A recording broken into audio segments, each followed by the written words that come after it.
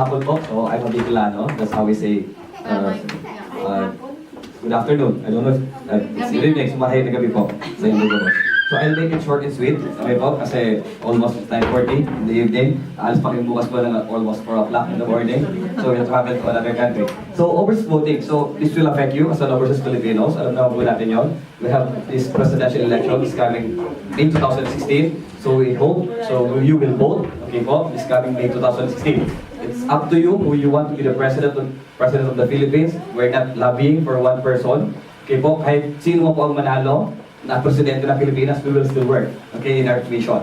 So, pero I hope po you will choose one that will promote your interest as an overseas Filipinos. Okay po ba yan?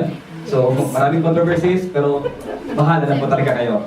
Okay. So, overseas voting, so we have this overseas absentee voting law po. Okay, so we lobbied for this law together with COMELEC, DFA, and other government agencies. Okay? Slide please. So, first slide is, pangalawang, una. Ayan. Who are qualified to vote? Tingnan nyo lang po kung sino po kayo dito. So, sino ang pwedeng bumoto? All overseas Filipinos, including dual citizens not otherwise disqualified by law. I heard kanina that there is no dual citizenship law here in Iceland, but we have a dual citizenship law back home. Okay. Pero our consul told me that you can register as a dual citizen in the Philippines, but you cannot do that here in Iceland. Yes, it is. I don't. Yes, it is. I think I need to research on that. Someone told me there's no dual citizenship law here in Iceland, and We do have. so that's good. If you have a dual citizenship law here in Iceland. Okay. So if you are a dual citizen, you are eligible to vote. Okay. So yan po.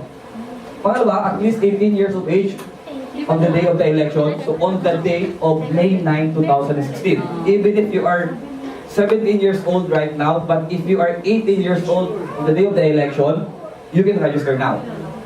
Okay. And lastly, if you are a former registered overseas voters. Okay po? So, lahat po ba kayo dito are qualified to vote or to register? No. But if you are an Icelandic citizen, you don't have a Filipino citizenship, you cannot vote, actually. Okay. But if you're a dual citizen in the Philippines, you have a Filipino passport and an Icelandic passport, you can vote. Yes, ma'am. Yeah, I am one of the having this dual citizenship. Okay po. So you can vote. Are you a registered voter, ma'am?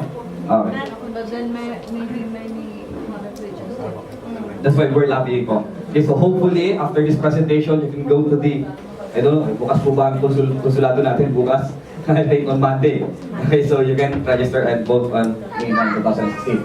So those who are disqualified to vote, sino po yun? Those who had lost their Filipino citizenship. Ito po yung mga Icelandic citizen nila. They don't have a Filipino passport or a Filipino citizenship. And then, those who have expressly renounced their Philippine citizenship and who have pledged allegiance to a foreign country. Also, yung mga naturalized citizen na po ng ibang bansa. Also naturalized Icelandic citizen. But except for Filipino dual citizens, just like ma'am. Okay? And those who are convicted in the final judgment by a Philippine court with a penalty of more than 1 year. I don't think so. Meron po dito, no? So, and also, any citizen of the Philippines abroad previously declared insane or incompetent. Usually declared by a competent court po sa Pilipinas. Next. Sino po ang pwede natin iboto if ever we are registered to vote? So, ito lang po ha. Hindi na po ba iboboto ninyo yung mga manok na mayor, district congressman, or yung mga barangay chairman ninyo? Hanggang dito lang po tayo. You can vote for the president, the vice president, our senators, the 12 senators, and one party list member. Bahala na po kayo. At alam ko po, regionalistic tayo eh. So you will vote for Ako Bicol if you're a Bicolano, Anwaray if you're a Waray. Okay, so Anak Mindanao if you are from Mindanao, for sure. Ganun tayo mga Filipinos eh. We are regionalistic. Okay, so yan lang po ang pwedeng iboto ninyo if you are going to vote here in Iceland. Next please. Yan. Dati po kasi, yung unang batas is, you need to declare that, ano ba yun? Parang, you will execute an affidavit na babalik ang Pilipinas. Something like that. Pero ngayon po, that is not a requirement anymore. Okay, sabi po dito, Filipino immigrants abroad will no longer need to execute an affidavit stating that they will return to the Philippines, okay, within 3 years before they are allowed to vote in absentia. It's not a requirement anymore. Pero yung previous law, that is a requirement po. Okay? Yan. Ito po yung register first. So, ito po yung mga kailangan natin. You should personally register because they need to get your biometrics. Okay? I hope, alam ko po, medyo marami pong fill-upan, marami pong mga spaces doon, blank spaces that you need to fill up. Pero I hope po, kahit ganun kahaba pa rin siya, okay? So you have your time, okay? Kahit konting time, hinihingi po ng Philippine government, okay? Para mag-register po kayo. Okay? So ano po yung mga kailangan? So if you're a Filipino citizen, you just bring your passport. If you're a seaman, yung seaman's book, batawag nila doon. Okay? And dual citizen po, yung parang vote of allegiance, na parang you are claiming or acquiring your Filipino citizenship. And those are already registered shall file for a certification. Yung mga natin na-registrado na. Okay, next slide please. Where to register?